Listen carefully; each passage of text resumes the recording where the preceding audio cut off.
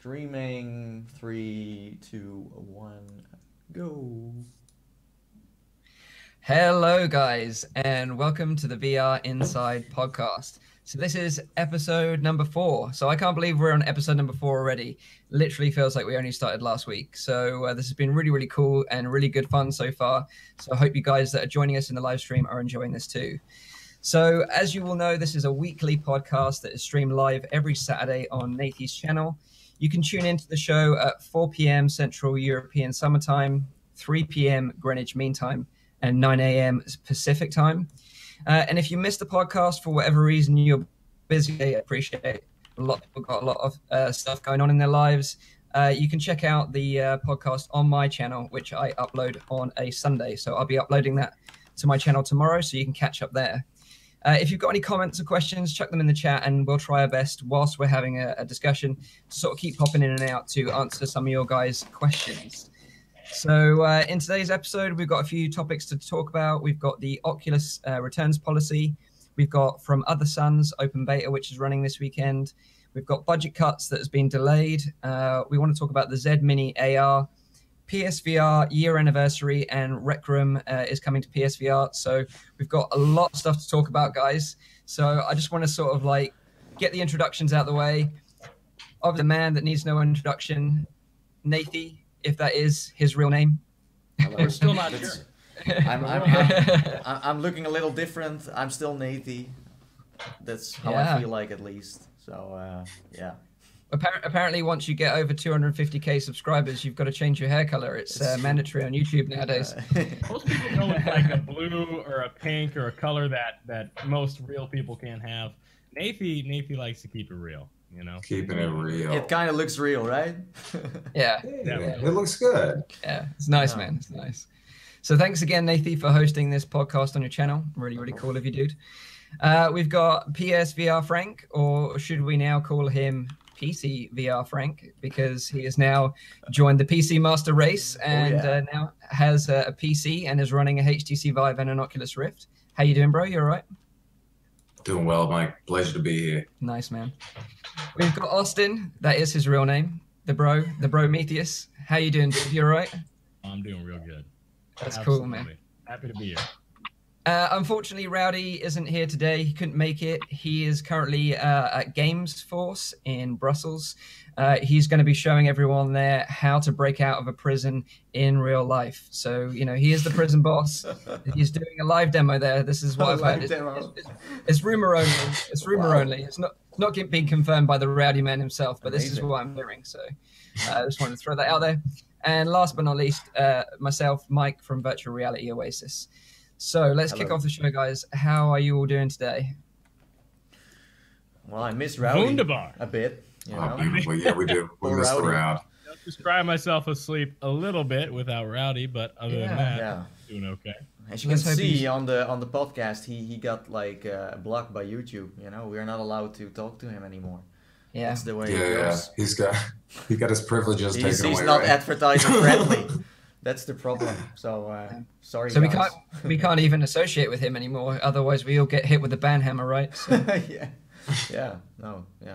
True. So this is the circle of trust, and Rowdy's here right now. So C-Top says he'll come on and pretend to be Rowdy. That's good enough, right? Oh, C-Top, close enough in my book. If you'd have given us some notice, man, you would have been welcome on the show, dude. You'd have been welcome on the show. Maybe next time we've got a spot, you can jump on. No, sounds good. So jumping straight into it then, guys, Oculus have finally caught up with how sort of marketplaces work and sort of jumped in line with Steam.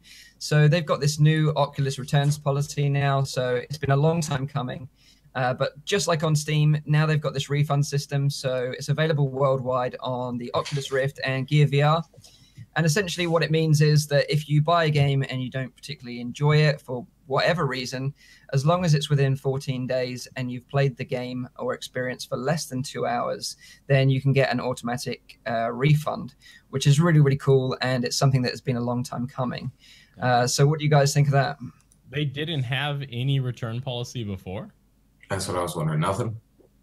No, so only previous to this, which was last week, that this actually changed. It was only available in the UK. So for people like me, it was fine.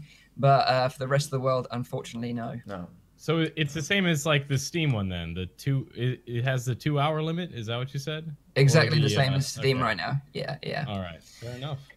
So that's really good. Does Steam get a lot of those like people played for an hour and 45 minutes just to kind of like get in there? You know, so I wonder if that's going to start happening much more often. That's what they open themselves up to, which is fine. I guess you got to do it. PlayStation still doesn't even have anything. You got to like complain to the company and you might get a refund. So it's cool to see that. Nice.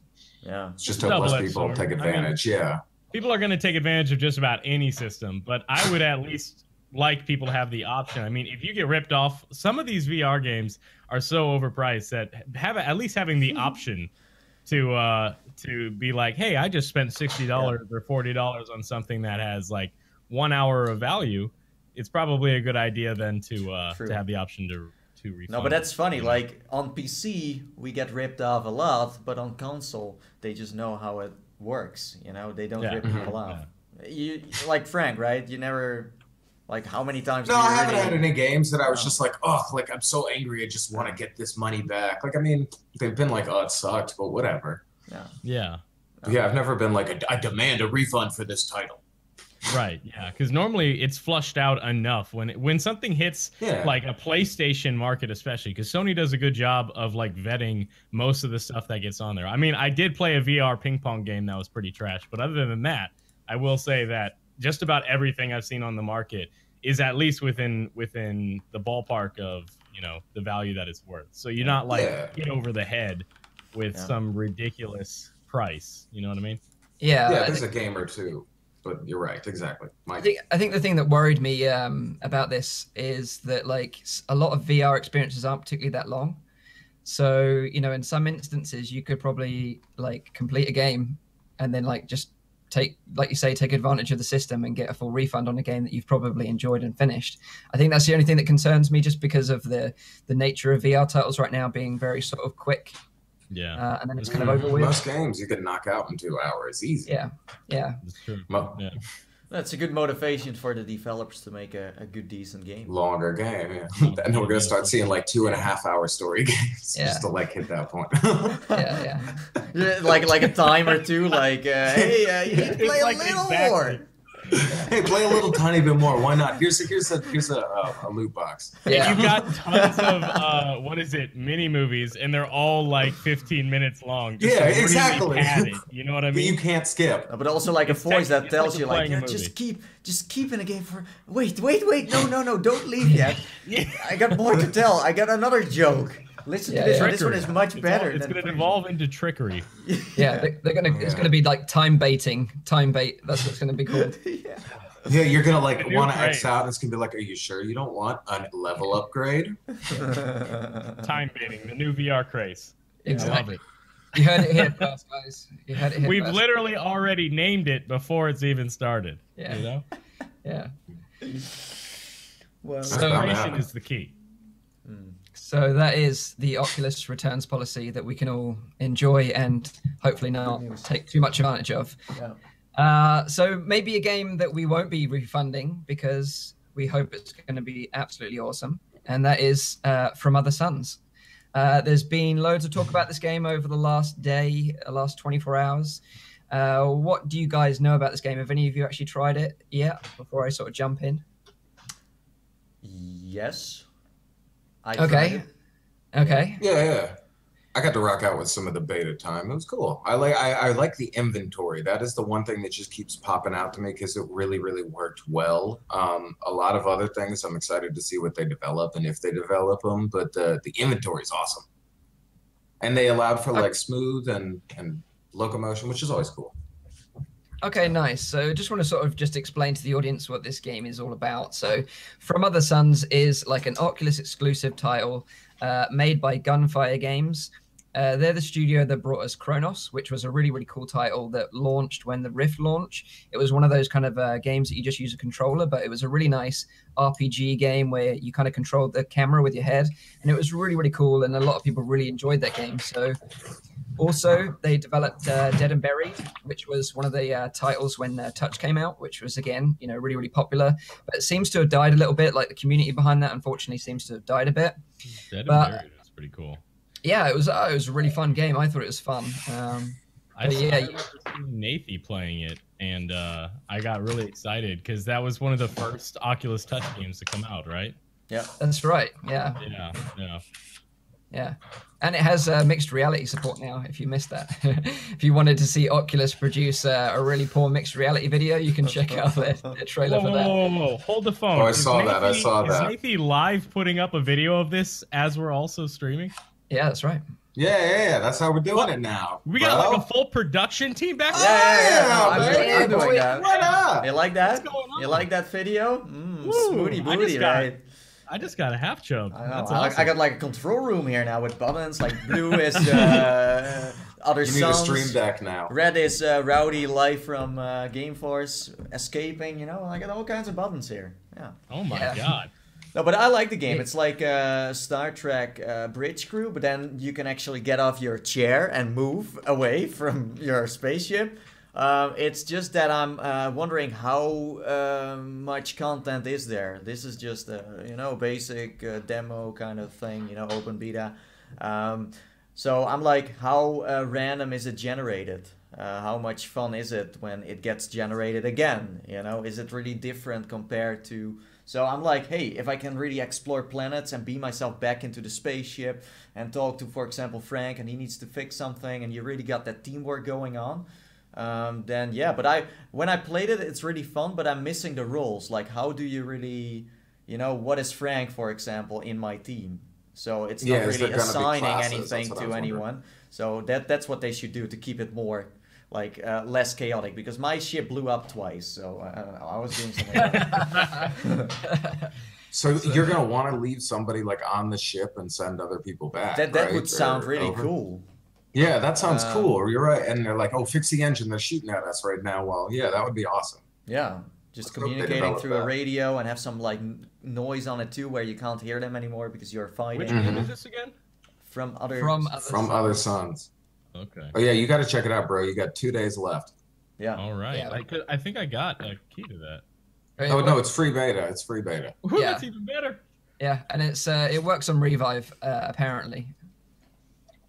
Yeah, that does. So yeah, for those that you don't know, the open beta runs from yesterday, which is the 29th of September, and it will end on the 1st of October. So if you want to get in on the open beta, now is the time to do it. It's quite a big download. I think it's worked 20 gigabytes.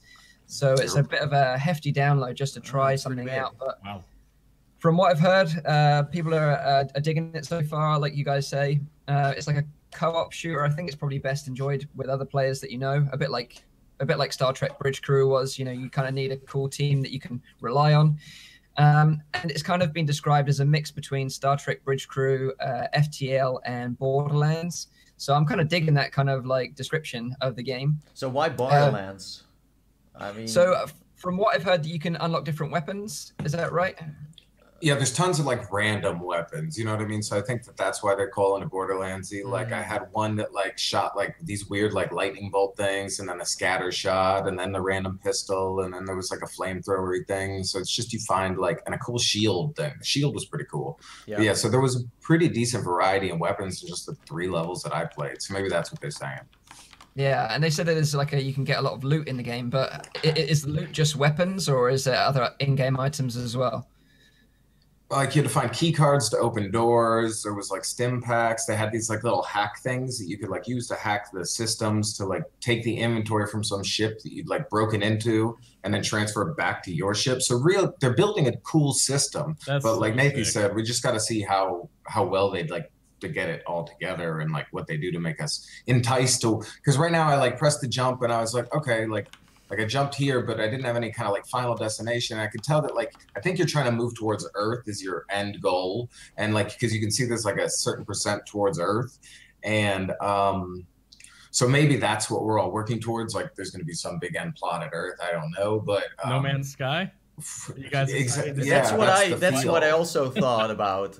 But I mean, if you are going to focus on that, then your expectations are going to be a bit too high. Yeah. Because even I mean, No Man's Sky wasn't that great in the end. They redeemed themselves because right now it's a lot better. But it's like, with VR games you can't expect the size of that. But it's already like 20 gigabytes. I don't really get why it's already 20 gigabytes. of like, you know, what is so big about this game right now? You know, we don't really see that much. Maybe they locked stuff for us, and it's in there, but we just can't really play it. Yeah, I mean, visually it's nice. It looks good, but it's not like how long has it been in development as well? You know, that's what I'm wondering. How long have they been working on this? Is just something they cooked up like for 3 months now, and then they're like, hey, let's just throw it out there and just see what people think about it. You know, I think from what I've read, they've been working on this for a long time. That's what I thought too. Yeah. It's like I heard about it like a long time ago. It's just that like suddenly this is out there. So it is probably worth mentioning that we're at the stage now where like with certain VR headsets like the Oculus Rift and the HTC Vive, they've been in the market for so long that people could have been making games like since it came out. And we are just now hearing about it because they're finally getting to the point of that stage of their development. So it's like a lot of games that are like AAA or just really high quality take a very long time to make, especially if they're smaller teams. So I'm not surprised that some of these potentially amazing games, especially with higher quality, could be just now being heard about, you know? Yeah, that's right. I think that they're just now starting to get made too. I think that we're fine. Like this year proved that VR is here to stay, and I think that in this next year we're going to see way more like money developers putting some titles out because they're like, okay, I mean, if an indie studio can make over $1 million with some game about working at jobs, like we can do this. You know what I mean? And so I think that we're going to start seeing better stuff soon. But yeah, you're right, bro. I think that the better stuff's been in production for years already. Yeah, that's what gets me excited. So some more of the description of this game. So they say you can jump in with 3 other players in co-op. So you can have sort of 3 players in total. So that's yourself and 2 friends. You can tour the sector, upgrading your ship, stockpiling weapons, and fighting for your lives. When you all die, you'll discover new challenges in your next playthrough. Fight and save humanity, or just joyride through the galaxy until its extinction. You're cool. I love that last bit. It's so funny. Just joyride through the galaxy. I like the sound of that. But yeah, like you guys have mentioned, it's procedurally generated. So they state that, you know, it's not going to be the same playthrough twice. But like you say, Nathie, like how much variety is there going to be in that procedurally generated stuff? We don't know yet. We're back to No Man's Sky at that point, you know? Exactly. Coming back. Yeah. Oh, God. It can be done really well or it can be done poorly. And for something that... But it also depends on how much you hype it up, of course, you know? Yeah. Right, exactly. Yeah. But like I say, because it's from Gunfire Games, you know, they did a solid with Kronos, and Dead and Buried was a lot of fun, and the shooting mechanics were really, really cool. So, you know, maybe they could actually pull this one off. I really hope so. I'm looking forward to checking out this game. I'm going to play it later on this afternoon and probably record a video. So we'll just see what I have to think about it after I've actually had some hands-on time with the game. Yeah, it's fun. You'll like it. It's fun. Just interestingly, before I move on, actually, how do you find it compared to the other recent co-op shooter that came out, Gunheart? I loved Gunheart. I haven't played this new one, but Gunheart was amazing. Do you still play Gunheart, Burma? Well, here's the thing. I have just as of yesterday managed to get another video done. Like it went out today. I hadn't had one in like weeks with this new job and the training and everything. But I will say there were multiple times where I remembered actually thinking I'd really like to be playing Gunheart right now. Because it's a very fun game. And there aren't many games that actually, especially in VR, there aren't many games that you're actively thinking about wanting to play again. And Gunheart was one that just like, when they launched it, it felt a high enough quality to where I already was willing to kind of invest myself in it a little bit. You know, like you grind in it a lot, but the payoff feels good. You know, when you get like that 6,000 credit upgrade for your shotgun and you're watching everything fly back, like it feels good and it feels like that grind paid off. And I'm the kind of guy who really likes that like grind reward aspect, as long as it's not like all the pay to win garbage and all that. But that being said, Gunheart seemed like a really good game. And if this game that you guys are talking about has any kind of similarity to that, especially with the scope of what they're trying to do, I feel like it would be an amazing game to play. That's why I'm excited about it. Yeah, you're going to like it, though. I remember you played a lot of Gunheart during your 24-hour live stream. Yeah. That was a lot of fun. Yeah, and Paradise Decay played with me as well. Yeah. That was pretty cool. Yeah. Fun. I think me and Paradise Decay are actually going to be playing this one together from Other Suns later on today. So nice. Cool to check it out. Yeah. So moving on to another game, but unfortunately this game isn't going to be available anytime soon because it was delayed. It was being pushed back into early 2018, and that is Budget Cuts. This was one that came out a while ago. You could play the demo for free on Steam, and a lot of people had a lot of fun with it, but unfortunately it's been delayed. But also the developers were being very, very quiet. And I think it took one of the sort of sites, the news sites, to sort of reach out to them and say, hey, what's going on? And they actually said, oh, no, we are still working on this game. We just sort of head down, focused on development right now. And it's going to be released in 2018. So I never actually played the Budget Cuts demo, but it's available for free on Steam right now. Did any of you guys check this one out? Yeah. You guys always say good things, don't you? Sorry?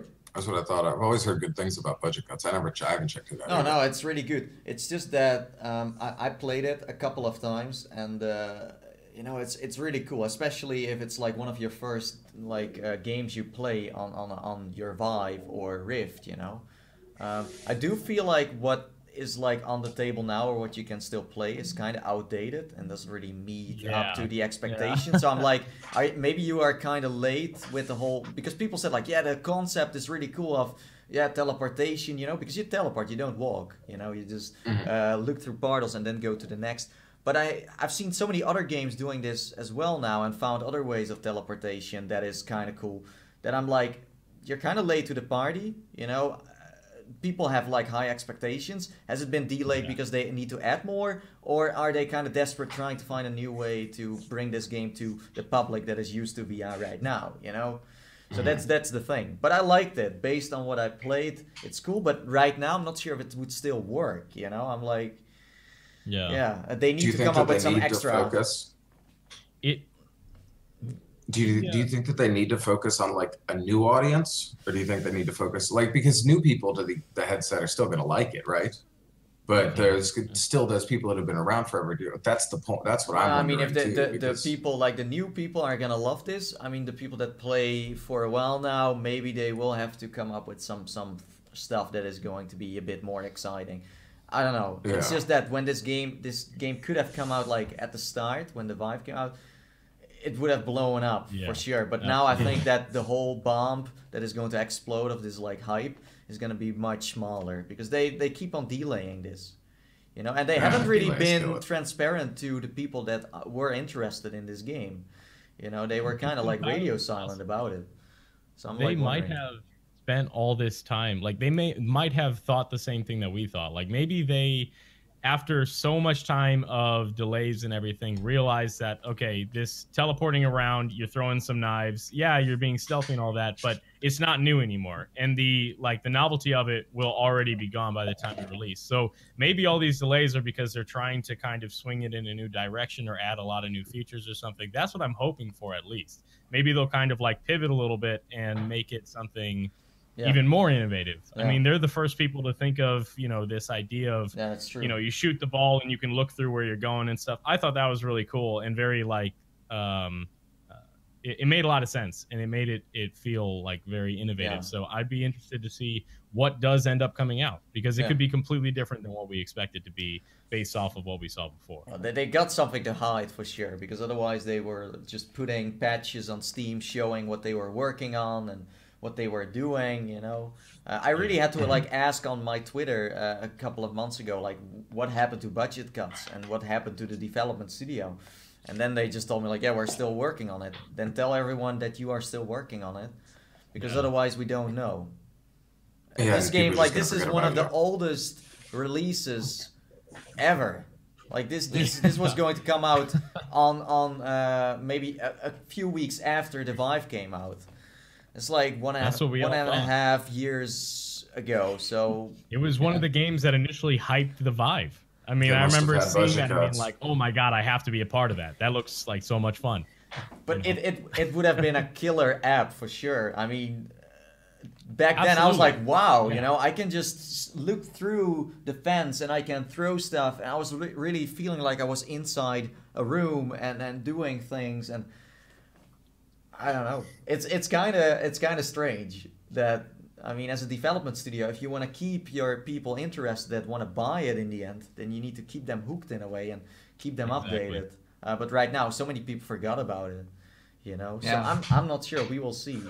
It's just like, maybe it's gonna be the exact same game where they had no clue anymore what to do, or it's like a total revamped game where the robots aren't even there anymore and you fight something else. I mean, if there is a cool story involved, then it's gonna be okay, but it's never gonna sell as well as it could have. Yeah. Not true. Yeah.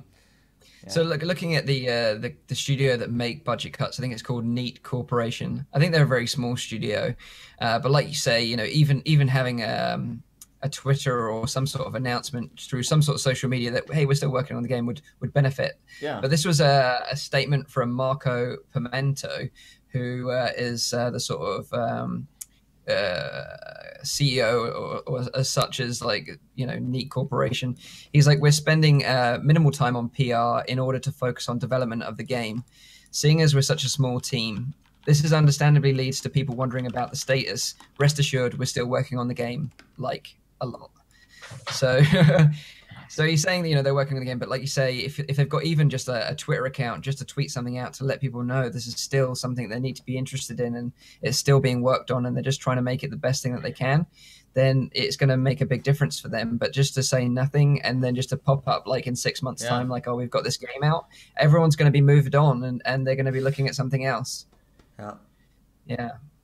I mean, as a small development studio, you want to push your game out there as fast as you can, especially when that whole hype is building up, you know, and if you got that demo ready where it's like, wow, this is pretty cool. Good. But maybe they just finished a part of their game, or like, okay, demo out, and they were just totally not ready for it yet. But I mean, Valve was like very excited about that game. I mean, everyone was talking about it. It's just that it's been such a long time ago. Like, they have been waiting for way too long. Then they could have pushed it faster by hiring maybe more people to work on it. Like nowadays, if you got like a development studio, you can hire people from other companies to help you out. So I mean, there were possibilities to maybe speed it up. Yeah, but, I think that the most interesting thing for me about the game, like, not that I've played the demo, but I've seen some videos of people playing it, and that was like the Portal gun itself. It kind of just reminded me of Portal, and in a way, it just kind of makes me want like a proper Valve Portal game in VR. Well, that is a thing, isn't it? Isn't there like some kind of Portal VR thing? Yeah, Portal Stories VR. It's like a mod. Yeah, exactly. So by the time that Budget Cuts actually comes out, Portal Stories will come out, and no one will even think twice about it. Yeah, because I'll play Portal. Maybe that's the case. Yeah. Oh, yeah. But you know, if any of the listeners are out there, you know, I'd be interested to know your thoughts on this Budget Cuts. Is it something that you've played? Have you checked out the demo? Obviously, if you haven't checked out the demo, you can check out the demo for free on Steam. I've heard it's a blast, but you know, we'll have to wait until early next year to see if the actual game itself is going to be any good. Yeah. Okay, so just going to move on now to an interesting piece of hardware that I found doing some research. And I don't know if any of you guys have heard about this before, but it's called the Z Mini AR. We've got a little video clip. I think Nathie's going to play it. Basically, it's a piece of hardware, a bit like the Magic Leap, if you guys can remember the Magic Leap that you fixed. The little box, right? Yeah. So it's a similar little box, but it's got these two like googly eye lenses stuck to it. And essentially what it's marketed as is it can turn your virtual reality headset into like a mixed reality headset, so that it's capable of not only doing virtual reality, but also doing augmented reality. So it'll have like a pass-through. I think it uses USB-C. It's made by a company called Stereo Labs. And basically you affix it to the front of your Rift or your Vive, and then it will do a pass-through so you can see the real world around you, and it can overlay items on that real world and produce like an augmented reality view. So what do you guys think of that? Is that something you guys are going to be interested in, or do you just think, why is this thing? It sounds cool. It sounds it sounds really cool. I mean, I'm looking at this video right now that's playing, right? Yeah. If it's anything like that, I'll buy 70 of them. But the problem is, I doubt to an extent that I can't even explain in words that it's going to look like what I'm seeing on the screen right now. I think it's going to be buggy. I doubt it's going to be this clean. Like, I don't know what resolution this thing is at, but I don't know. I have trouble believing that a little box that you attach to your VR headset. Of course, this is a video from the company, so of course. Yeah. But you also don't know how old is this video. Maybe this video is pretty old. You know, maybe they like developed even more in the end that works better. But of course, I mean, the videos are always more polished than. But I like the idea, but it's still like that I'm like, this is not. It's not. Yeah, it's mixed reality, but I don't want to call it like that. It's still too confusing. You know. Now we got this thing that is a freaking awesome gadget. I would go for a gadget like this instead of buying yourself a HP or Dell or another headset. Yeah, for sure. It depends. I mean, if you already got a headset, then maybe that's a better option. If you don't have a headset yet. But they are not gaming headsets. So, I mean, you have a gaming headset and then you add something augmented reality kind of type to it. Yeah. But one thing that I do not really like about this is that it's made for a Rift, it's made for a Vive, maybe some other headsets, but it's not a remote thing. You know, you can't it's not wireless. So in the end, you can play some games in maybe your room or your living room. So it's kind of like really, you can't just plug it into like the USB port of the HTC Vive. That extra no. He means like AR. The whole point is like you can get out of your house and it's So the whole AR, you're like kind of locked inside, and that's it. So it's more like a gaming thingy that's fun, but. I don't know. What you're saying, Nathie, is you want the like the H3 peep and creep headset, you know, like going down to the beach, peep and creep. Pop a blast. That's it. No, that's it. But I do like it, but it kind of feels like it's a funny hype thing, you know. Yeah. But how long is this going to be something you want to use? Like, how many games are going to be out there? You know, is it just to show off that this is possible? Yeah. You know, plus, I mean, the Vive, of course, there's only one camera in there now, a small one. But I expect the next headsets to have this by default, because for some reason they seem to be very interested in having a mixed reality function on headsets. You know? Yeah, that's true. That's true. I feel like it's for like the boardroom meetings and stuff, and that's what they're trying to push with the mixed reality. You know what I mean? That's like future PowerPoint. Because that would be really cool if like I went to a place that was trying to sell me on something and they were like, now we could do a standard presentation and they like strapped this thing on and had like a fireworks show with like big meeting boards and stuff. You'd sell like an investor in a heartbeat. Yeah, so I feel like that is really a focus like for the businessy part. Yeah, no, true. I think that right now this is a good step towards like having a VR, AR headset and everything is going to come together. Right now with these gadgets, it's kind of cool. It's more like, hey, if you are an early adopter of VR and you want to try something fun, then you can buy this, you know. So it's more like, hey, we just bring it out and try to get info from everyone, what they think and what it should do. And then it's kind of like a fun gadget, I guess. Yeah. So Austin, you said you'd buy 70 of these things. Are you ready for Are you ready for me to drop the mic on you and tell you how much this thing costs? I am gonna go talk to my banker. You're gonna remortgage your house. Yeah. So it's $449 for this. 70 is gonna be a bit of a squeeze for me. Yeah. But, I mean, I've already got student loans. I can just add to that easy. Just chuck it on, man. Just chuck it on, and then you'll get all these shipped to you in November when they're shipping. And you also get controllers, or because I see on the video like a controller he's holding. No, that's AR, right? It's just the. He's holding a real gun, and it's like copying it on the gun with tracking. That's right. Exactly. Yeah, interesting. So yeah, like you say, I think it's interesting that something like this exists, and especially as we've got all these mixed reality headsets coming out over the next few months. And like you say, Nathie, like I think the most important thing about this is that there isn't any software that we've seen that actually takes advantage of using these cameras that are in these mixed reality headsets. So I think it would need some sort of killer application to come out for me to warrant dropping $449 to retrofit this to my Rift to give me the augmented reality option. So it's a very strange product, but I thought it was an interesting one to talk about. But yeah, like you say, we're just going to have to wait and see what happens with these mixed reality headsets and what kind of experiences and games these developers are cooking up for these devices. Yeah, true. Yeah, interesting. So moving on then, guys, to something that's been well established, a piece of hardware, and has actually just reached its year anniversary. So we're talking about the PSVR.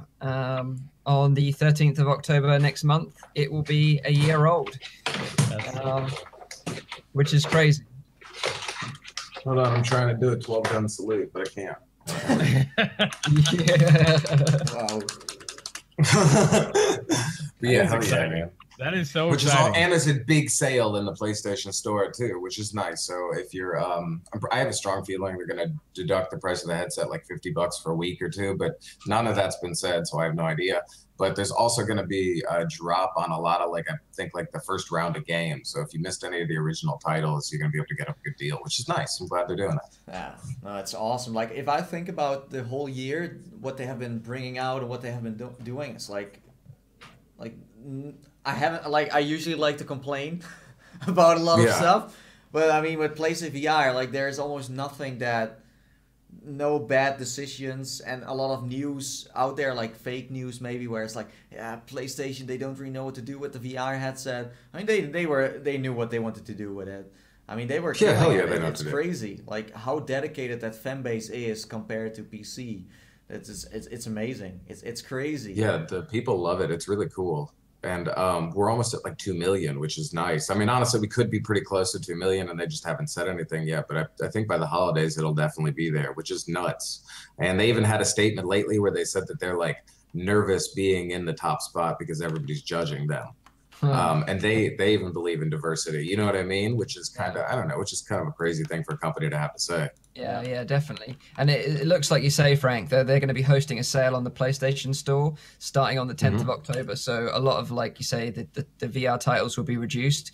Hopefully that'll include Resident Evil 7, Farpoint, some of the other great titles available on PSVR as well. Yeah, and Resident Evil 7's got the new gold edition coming out with all the DLC and the new free DLC that's coming, and pretty much all of it can be played in VR, which is nuts. Also, I'm excited to try that one out on the Vive and the Rift too, and for you guys too, because oh my god, it's so much fun if you haven't played it yet. Yeah. It's amazing. Yeah, there's definitely one title that I was very, very jelly about when it came out on the PSVR, definitely. And I think a lot of people tried, Vorpex and other mods to try and get it to work on a Rift and the Vive, but it's not the same. It's not the same. You're right. It's not the same. You're never going to get it to work as well. But it's crazy. Like you say, 2 million headsets almost. It is the number one VR headset right now. But like you say, it's got a kind of install base of millions and millions of people that have got a PS4 to play it. So it's really exciting, and I'm glad that they're doing so well, because I think any success in the VR industry is good for the industry as a whole. And although I'm a bit of an Oculus fanboy, I think any success in the VR industry is good for everyone. Yeah. No, true. I think that the PlayStation VR community is also really strong because they never judged about VR in the first place. Like PC, there was already a whole community master in the race back, people, where but also people that tried VR before it was getting consumer. So for example, me, it's kind of hard to judge some games because based on what I played for the last 3 years, this is not really. Sometimes it's like a downgrade. Well, with PlayStation VR, it's just a line that goes up and up and up. Yeah, everything just keeps getting better. It's the quality control in there is just great. While on Steam VR, they get, and also Oculus Home, they get teased by all kinds of shuffleware. Well, true. they are very protective about the PlayStation VR, and I know it's very good. Yeah. Yeah, I think you're right. I think if if you own a PSVR and you're going to buy something from the PlayStation Store, it's going to be a legit title. It's not going to be something that's just been thrown together with sort of pre-made assets and sold as something else. They're very, very strict on that sort of thing, which is good. They also help a lot of developers, which is nice. They like, even I spoke to one guy, they paid for his entire game. He just had to pay back the money afterward. But they are actively looking for devs in all different countries. They have a team in Spain and India and China, and they're all like making different VR games, and some of them haven't even been announced yet, which is really cool to know that they want. And I spoke to someone, they said they're looking for just interesting stuff. They're not looking for like plain Jane. They want like strange things. Which is why we get games like Here They Lie and stuff at like the launch title, which is nuts if you guys haven't checked that one out. Also, just a thing on the PSVR community, and I know this is a little bit different than what you were talking about there, but if you've ever been on the PSVR subreddit, you ever notice how excited all of the people who are talking about a new game are? Like, they're all just like bright-eyed and happy and excited about the things. It seems like, or at least that's what it looks like for me. And then sometimes you'll go on like the Oculus subreddit or the Vive subreddit, and they're just like nasty. I don't know. Yeah, but that's age. Yeah. That's age too. Yeah, because it used to be even more positive on the PSVR subreddit, and it's just those Reddits are older. As all Reddits I've noticed, they just slowly go more toxic as time goes by. But it's not only kids. Yeah. It's also because, I mean, again, like on PC we are kind of spoiled. We get so many more releases every week than the PlayStation gets. Yeah. Well, the PlayStation gets one maybe a week or maybe in a month, and then it's a good one. Well, we have to deal with what is good, what is bad. We don't know anymore. Like, we are getting tricked all the time. You know, on PC it's the Wild West. You have no clue.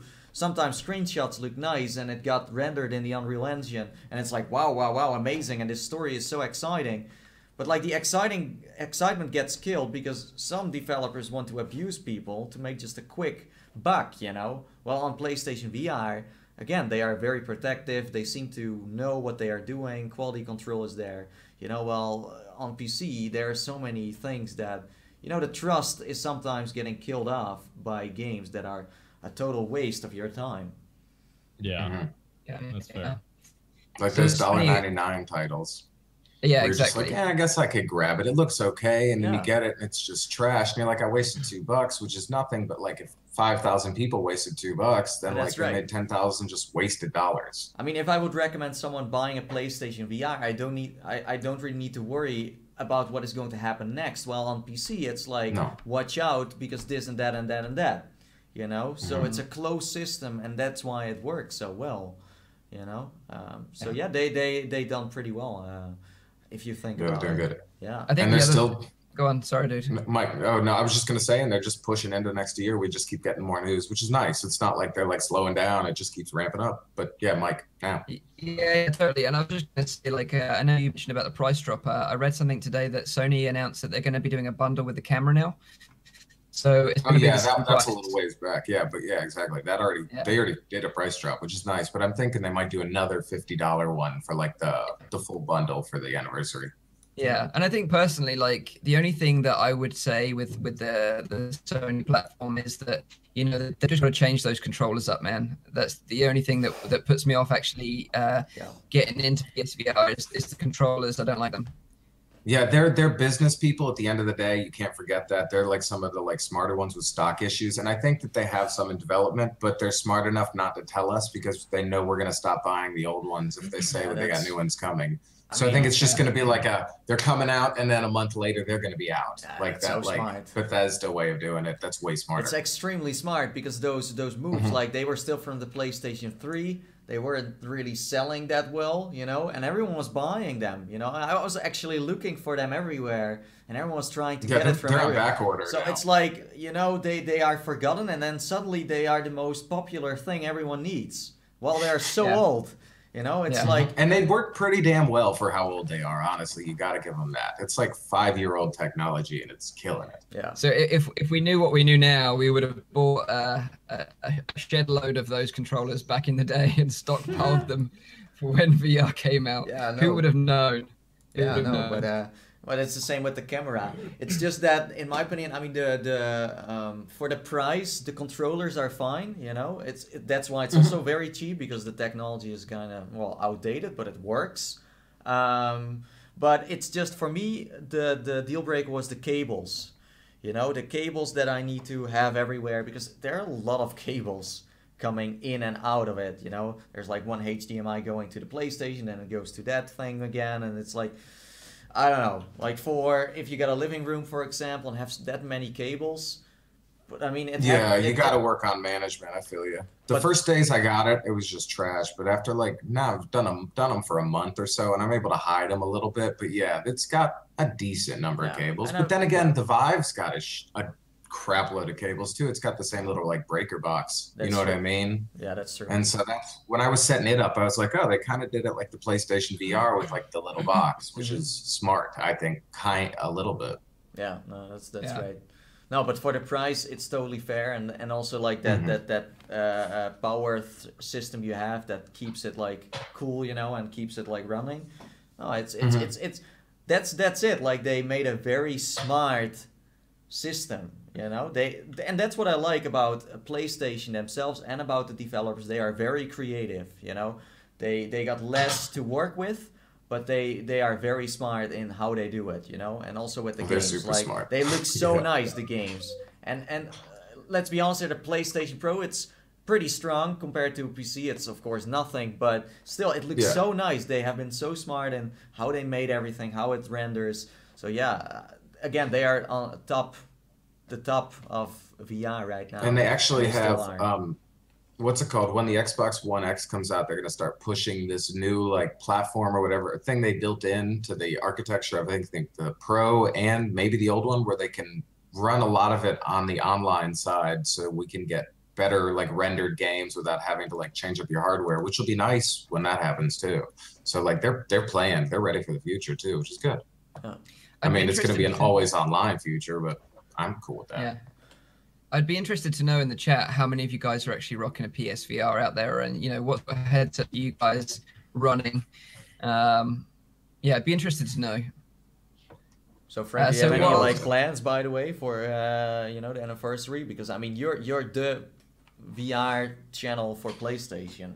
Like the first. Oh yeah. I got a now that, especially now that I have the other two like major HMDs, I have a very nice video that I think the PSVR owners are gonna like, because like I can do a nice comparison finally, and like what we're talking about now, there are a ton of reasons why you'd want a PlayStation VR over a Vive or a Rift. Like, not dissing them, not saying they're bad systems, because they're amazing, but there's a ton of reasons why, and I'm just gonna talk about that why. Just a nice sales video, you know what I mean? Like a nice. Spent a year with it, all these great things have come out, all the things that are coming out in this next year, and just it's a bright future, which is good. Yeah, I think it's a good idea. Yeah. So talking about PSVR, and this kind of brings me on nicely to the next topic, which is Rec Room. So Rec Room is coming to PSVR, and I think that's just totally awesome. The devs are called Against Gravity. And so they're going to be bringing Rec Room to PSVR by the Q4 of this year. So hopefully by Christmas we'll be able to play. This is the best thing about it. I love this. It's going to be cross-platform play with Rift and Vive owners. So we're going to all have this amazing virtual reality community hub in Rec Room. You know, finally all together. Yep. Yeah, and I just think that is the most amazing thing. Yeah. Like I just love this idea. Yeah. And another very cool thing, just real quick, is that if you don't have PlayStation Plus, but you have a PlayStation VR and you want to play, you do not have to buy that subscription. Wow. So you're going to be able to play Rec Room without a subscription. That's a very good move. Yep, free without a subscription. Cool. So anybody can, from the day they get their headset, have an awesome like online community with tons of little mini games to play for free, which is nice. Amazing. Yeah. Damn. Okay. Like that game is going to blow up on PlayStation. It's going to have a much bigger player base than PC. Yeah, it'll be nuts. Oh, it's going to be a lot of kids though. But yeah, exactly. It's going to blow up.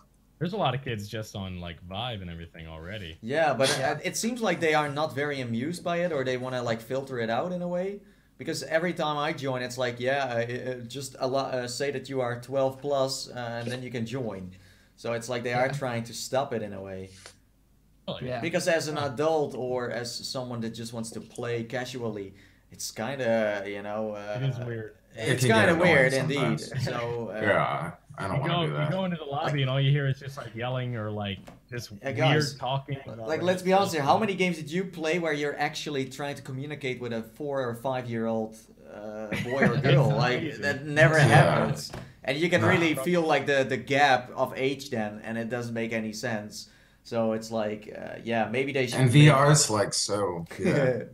Yeah, no, but VR it's is so like immersive that you're just like, okay, so I'm just like hanging out with like a bunch of 8-year-olds. Like this is kind of. but Frank, do you think that do you think that Rec Room is going to be the most played game on PlayStation VR?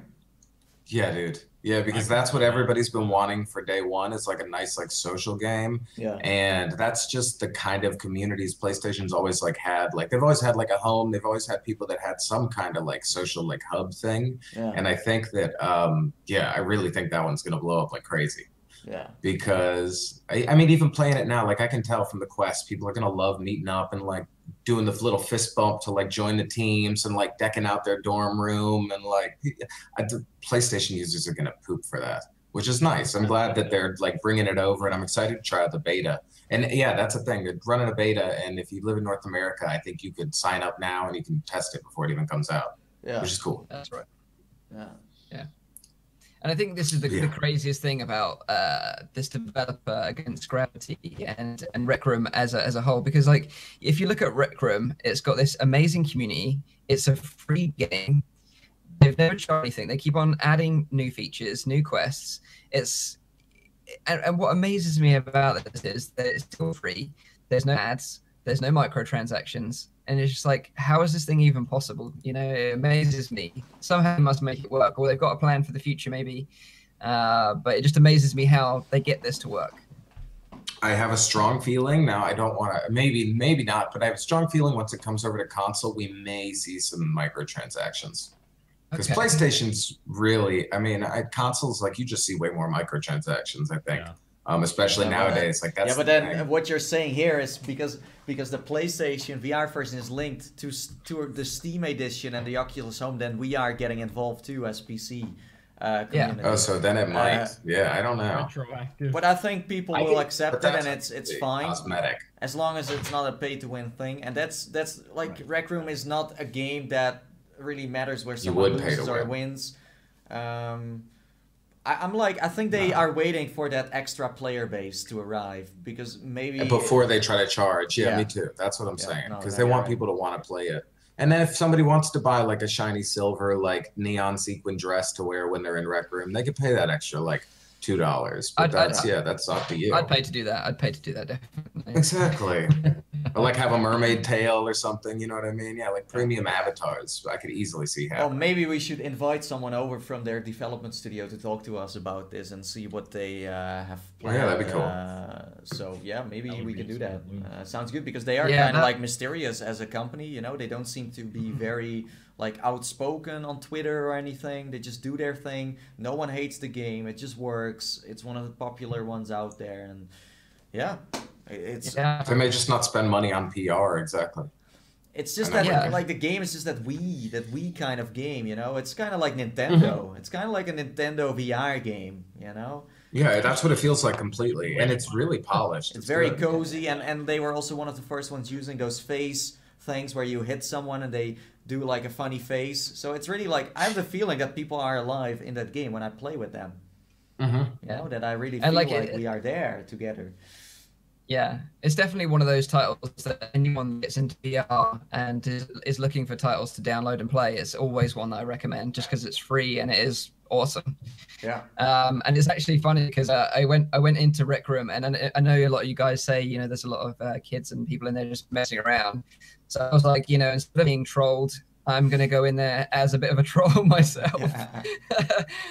And I got I downloaded like a Rick and Morty soundboard.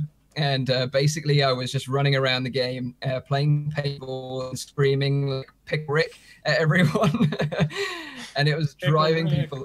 Pickle Rick! It was driving people insane. But we all had a lot of fun, and we got swifty at the end and had a little dance off, and it was all kind of cool. But yeah, it's definitely an amazing virtual reality hub, I would call it. You know, that all these sort of virtual reality users can get together in the future, talk to each other and play together. And I just think that is awesome.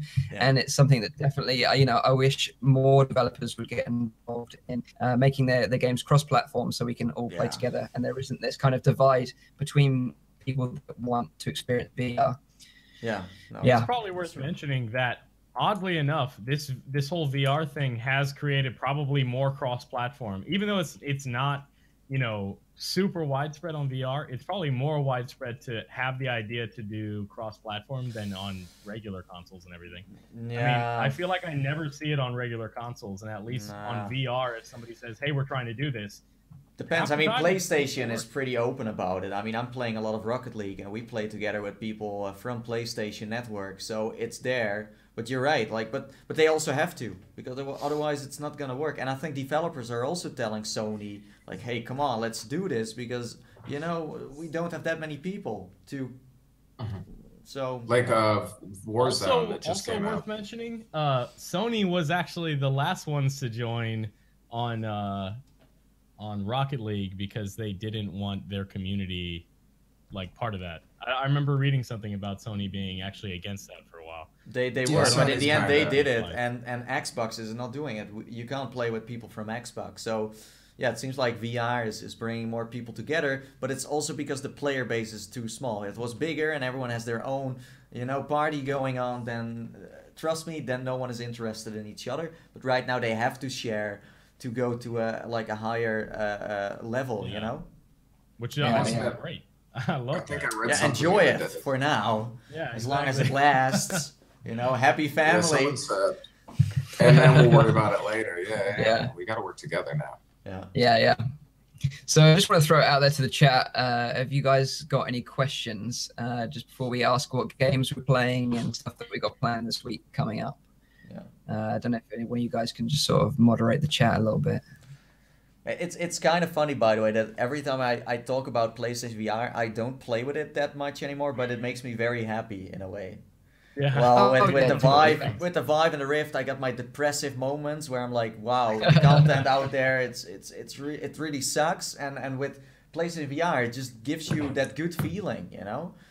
It's just, yeah. You're happy when you buy it more often than you're just like, yeah. Well, I think it's more so I'm happy with what they're doing, even though I don't use it that much, because I do get more excited about a lot of the Vive stuff, just because like sometimes you can do more with it. I still prefer the things that PSVR does. Like I feel like they're always the ones trying to do and make like the crazy amazing games or like do all this stuff. So I mean, it's like you talk about PSVR more because they're doing more. Yeah. But you end up playing more Vive.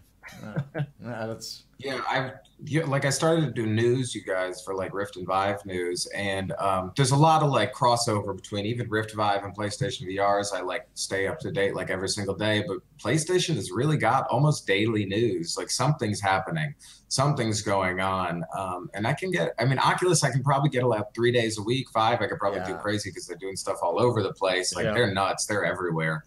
But PlayStation's pretty solid with incoming data, which is nice. But if you think about it, PlayStation knows all their developers and what they are doing. Well, on Steam and Oculus, it's like they sometimes have no clue that someone made a game for the headset, you know? It's like an ongoing stream. Well, the marketing of PlayStation, it's like we market all the games that come out. Well, with Oculus and Vive, I've seen developers that are like, please tweet about us or say that our game is out, because otherwise no one will know that it's out on the platform. So, you know, they got a strong thing going on. Which is nice. Yeah, I think that's more exclusive stuff, but yeah, I know what you mean. They push everything. They even make a like PlayStation trailer, put it on EU, put it on UK, put it on normal, which is I wish that there was more. It's a big family. It's a big family. They got and they also got PlayStation Access doing videos. Vive doesn't have that, you know. Everyone is just uploading videos to YouTube and bam. But you're right.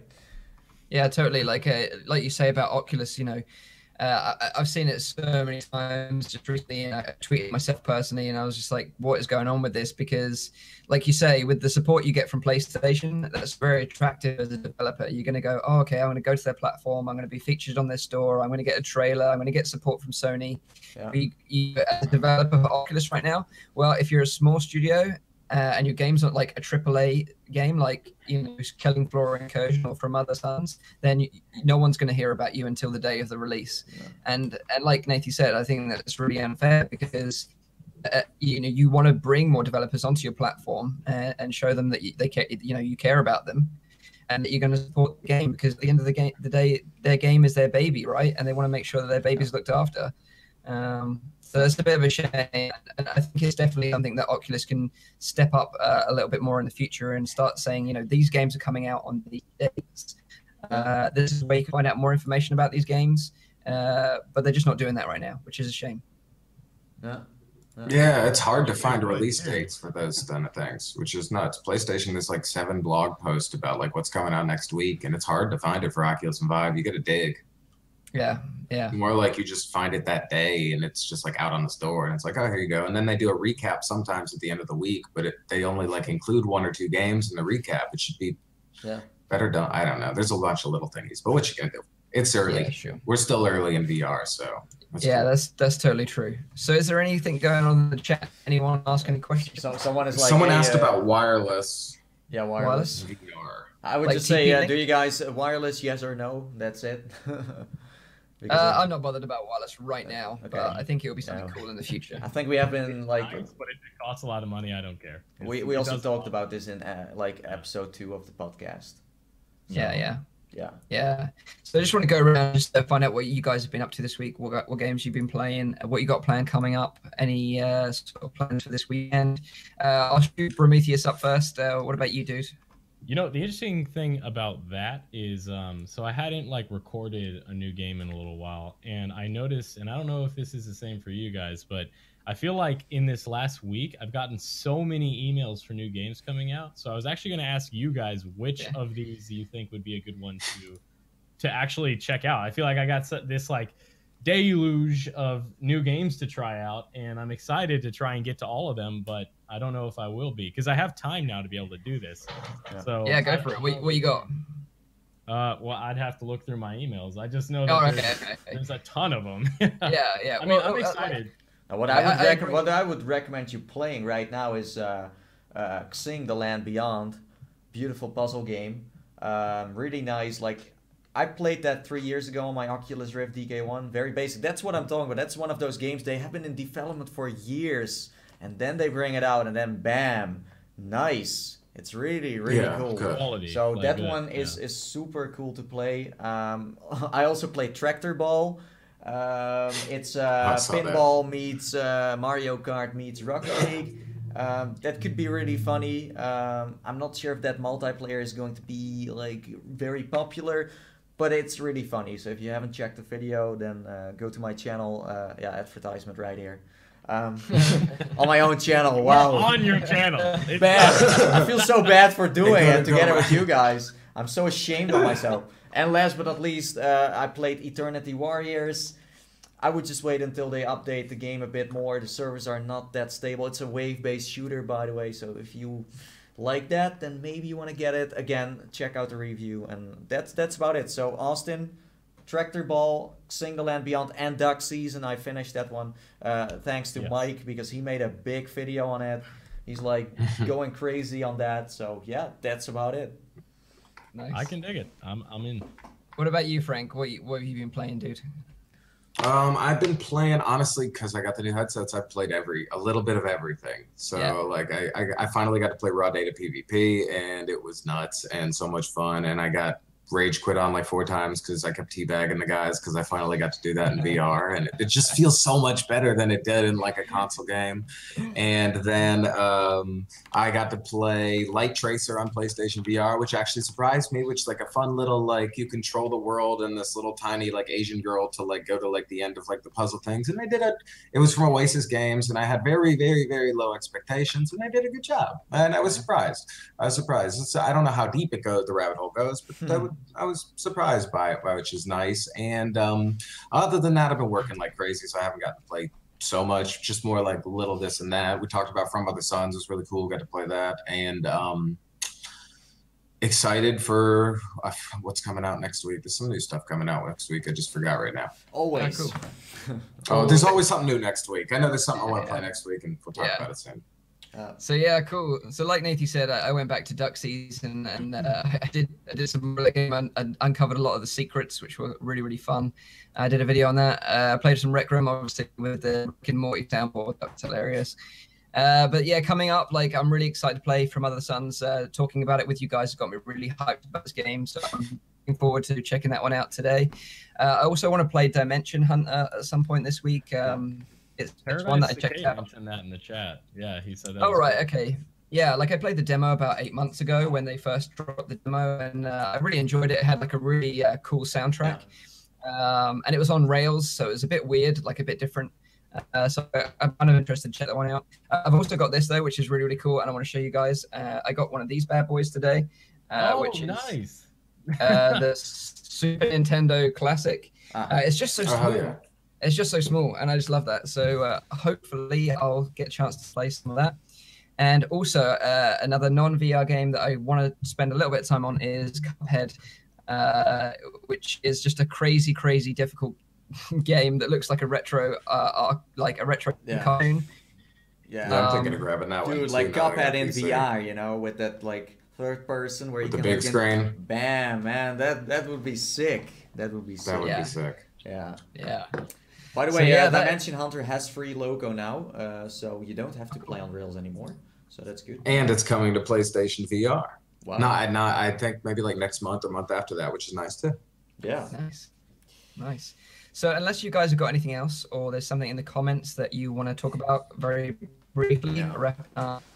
Yeah, let's do 2 more questions, just like 2 quick ones, and then.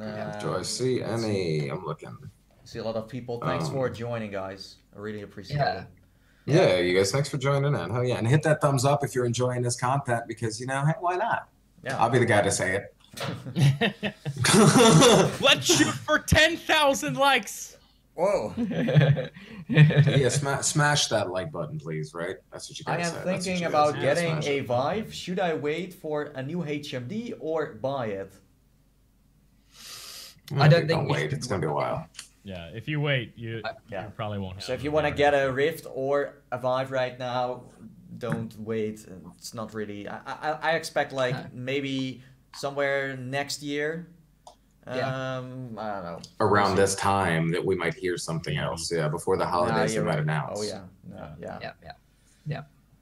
Yeah, definitely jump in now. Now's a good time. Yeah, so that's going to be a year without VR.